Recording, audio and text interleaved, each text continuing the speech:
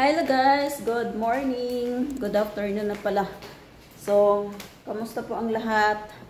So, meron pala ako ditong mga liligpitin. Ayan o, ito, pinamili dala ng boss ko galing sa probinsya. Tapos ito, ang dami niyang biniling mga garlic kasi mura daw. Yan. At saka bawang, luya. Sa luya guys, malakas kami sa luya gawa ng sa mga gulay-gulay. Tsaka ayan patatas. Mura daw, tinanong ko siya, mura daw yung mga bilihin doon. Tapos yan.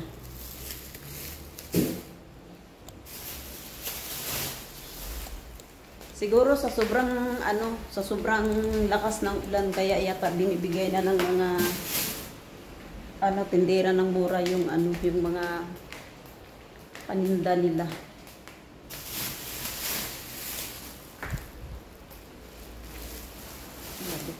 Kapag bibilhin to sa grocery guys, napakamahal. Lalo na ngayon kung tag-ulan, sa grocery ang mahal. So dahil sa probinsya nga, bumili yung boss ko, nakamura siya. Masakit yung lalamunan mo, pwede kang maglaga nito na may limon.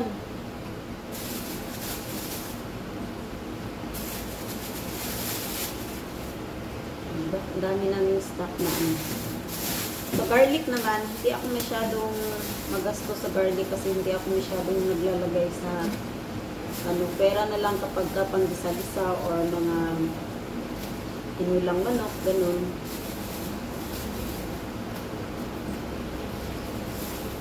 Ang pinakamalakas sa amin yung luya talaga guys at saka sibuyas.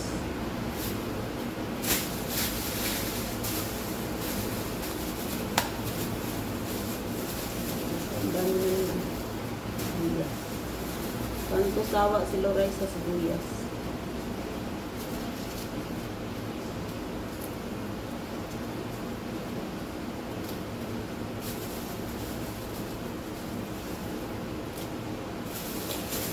Yung boss ko guys, pag yung boss ko ang namimili, asahan nyo yan, talaga yan siya sa mga sa mga bilihin niya, sa mga ganito. Masarap kasama yung boss kong lalaki sa pamimili guys sa mga ganito kasi wala siyang pakialam ba, dampot lang siya ng dampot. Kahit sa mga grocery, ganun siya tulad ng mga karne, ganun din yung boss ko sa mga karne. Minsan, pag sinasabi ko, kuya, may mga ganito pa naman dito. Sasabihin niya lang na okay lang para hindi na tayo bibili. Siya sa mga pagkain, katulad ng mga junk food, mga chicharon, ang dami yan kung mamili. Hindi nga po rin mamili yung gusto ng lalaki. Bongga. Kaya sa kanya ako nagsasabi guys na pagka wala ako dito, doon ako sa boss ng lalaki nagsasabi. Pagka po problema, sagot niya lang yun sa akin. O sige, daan na lang kung sa grocery. Ganyan siya.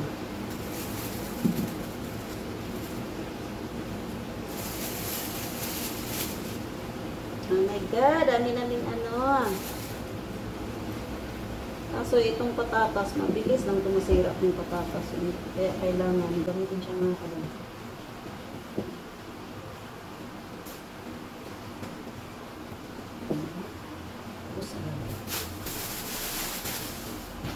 Grabe yung ulan guys, walang tigil. Magsinigang pala ako ng bago. Ngayon yung boss ko, magagawa siyang kakain. Ang lunch ang dinner. So magluto na ako ng mga alas 3. Dahil alas 9 yung siya pa naman. Ako sana. Nabili ng boss kong gamos. Isa lang, ay lang maliliit. Kaya ganito siya kami. So, ko na po lahat. Linisan ko na para next time na pag nagsigang ako, kunin ko na lang.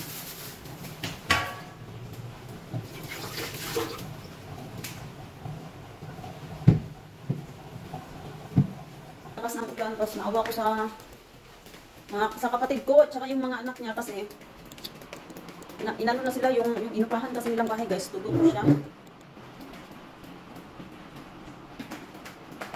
Lalo na kung malakas yung ulan, katulad nito na sobrang lakas yung ulan. Mapasok sa bahay. Ngayon, kagabi daw, na-down daw siya doon sa kuryente kasi ano, habang tulog siya, nag-down daw siya, buti na lang daw, nagising siya, Diyos ko. So ngayon daw, okay lang sana kung yung kapatid ko, mga kapatid ko at saka mama ko andito na nangupahan pa din. Kasi baka matagal na namin kinuha yun doon sa boarding house nila. Pipilitan silang tumigil talaga dyan sa bahay kahit tulog na. Naawa ako kasi ano, kung ngayon daw, nandoon sila sa biyanan niya. Nandito lang sana mga kapatid ko. Pagala namin silang kinuha doon. Kasi meron pa guys, dati pa kahit umuulan, hindi talaga yan, kung nandito pa sila mama, kinuha pa talaga namin yun agad. Hindi kami pumapayag na nagtitigil sila din kapag ganitong panahon na pag-ulan. Ngayon, walang choice. So, nandoon siya sabi na niya. Awa ako. Grabe, hindi lang talaga pagka walang pera. Tapusin ko lang itong problema ko. Tapos, pag may pera na ako, tutulungan ko silang maghanap ng bahay ba? Ang bayad, pang-advance at pang-deposit kasi yung mga. So, tutulungan ko gawa ng, hindi kaya namin mag-asawa. So kahit 3,000 yung monthly, tag 1,500 kami monthly, okay lang para lang makaalis sila din sa pera nila. Kasi umawan ako guys, yung walang maayos na CR. Basta sila yung bahay guys. Parang kapilitan na lang yung kapatid ko doon, sila doon tumira. Kasi na, so pipilitin ko next month or ano, or siguro mga September, ganun. So, nahirapan sila masyado guys pag ganito, pag tagulan kasi pag umuulan nga, nakapasok sa loob. Imagine guys, ang hindi lang basa sa kanila, yung inihigaan nila at yung bawat gilid, basta loob ng bahay, basa.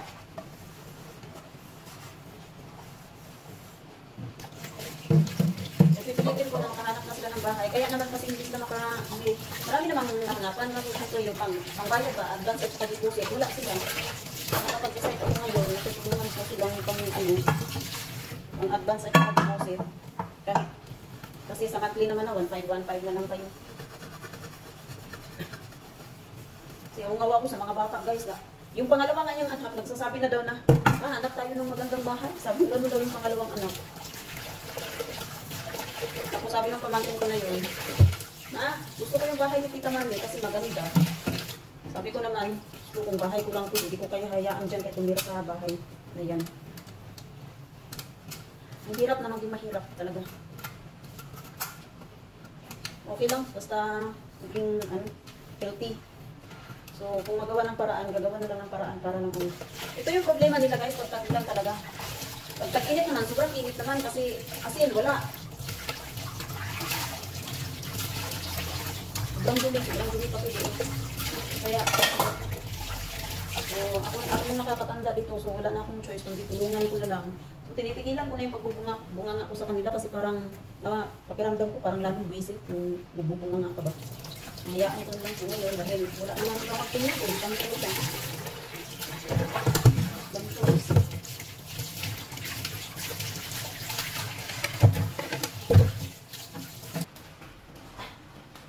Wala pa rin kaming internet guys, kasi kung araw na ngayon, akala ko naman, hindi nakabayad yung boss ko. Nakabayad pala yung boss ko bago itong buwan na to, bago mag-25. Kasi kagabi, nag-text ako sa kanya, sabi ko, kuya, wala pa rin internet. Sabi ko, baka naman hindi pa kayo nakabayad, kuya. Sabi na niya, hindi, bayad na ako. So, siguro sa linya, kasi marami dito sa kabilang, sa ibang street na walang ilaw.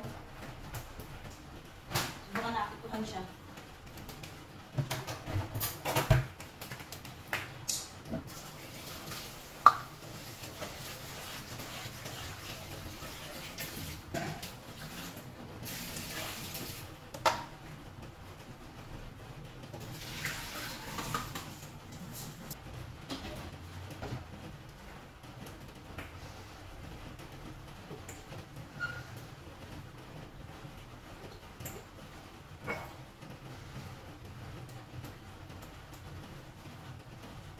Guys, ang ganda ng labong guys.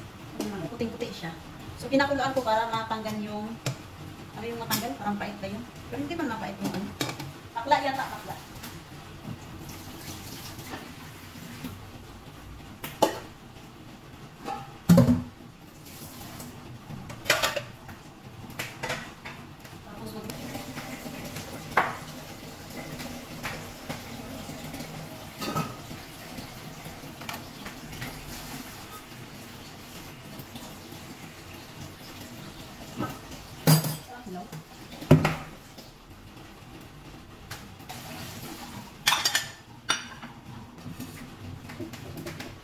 Binisan mo na ito guys.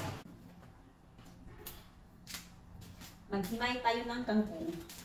Bira yung kangkong. Yung kangkong guys is 43.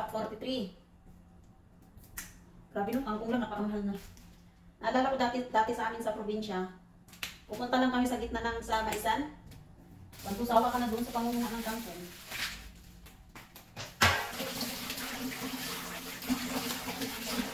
Sasarap ng kayo para umak ng dumi matanggal. Sili ang lalaki guys. So, tingnan ang bukas ko sa kangkong. Siguro matanggal na siguro yung bakterya dyan. Andito na lahat yung mga rekado guys. Oh.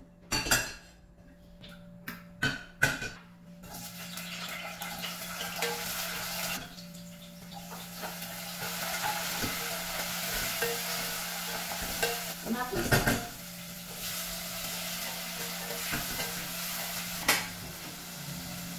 Pero hindi na ako nagtitinta guys ng asin. Kasi ang patis masarap siya sa sabaw. Or kahit anong luto kasi. So isa din yung guys na hindi na ako naglalagay ng palasa sa sa mga niluluto ko.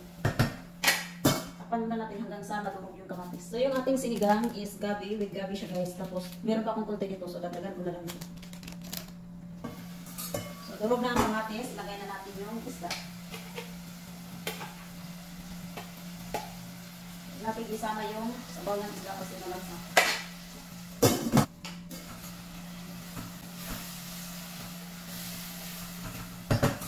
So ito na yung bangus guys, lagyan na natin ng sabaw.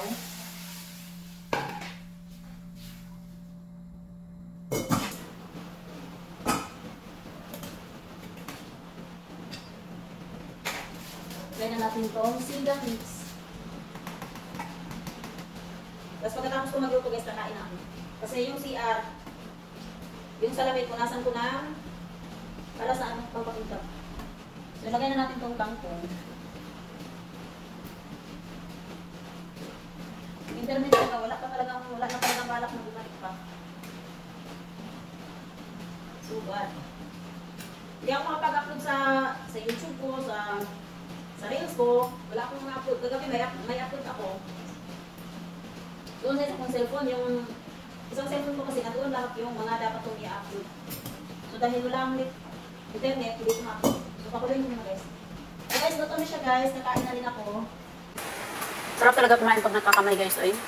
Kasi napipil mo talaga yung mga kinakain mo. Sili-sili.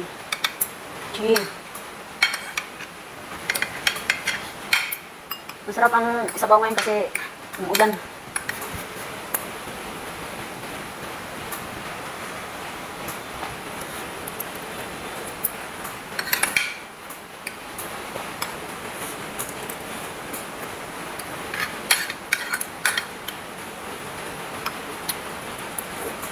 Good, ang sarap.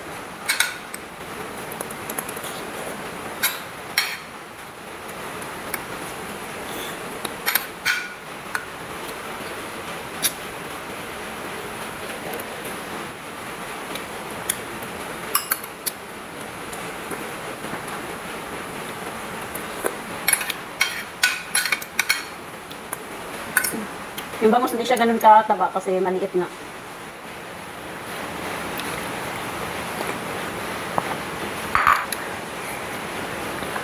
Bye guys! God bless and ingat lahat.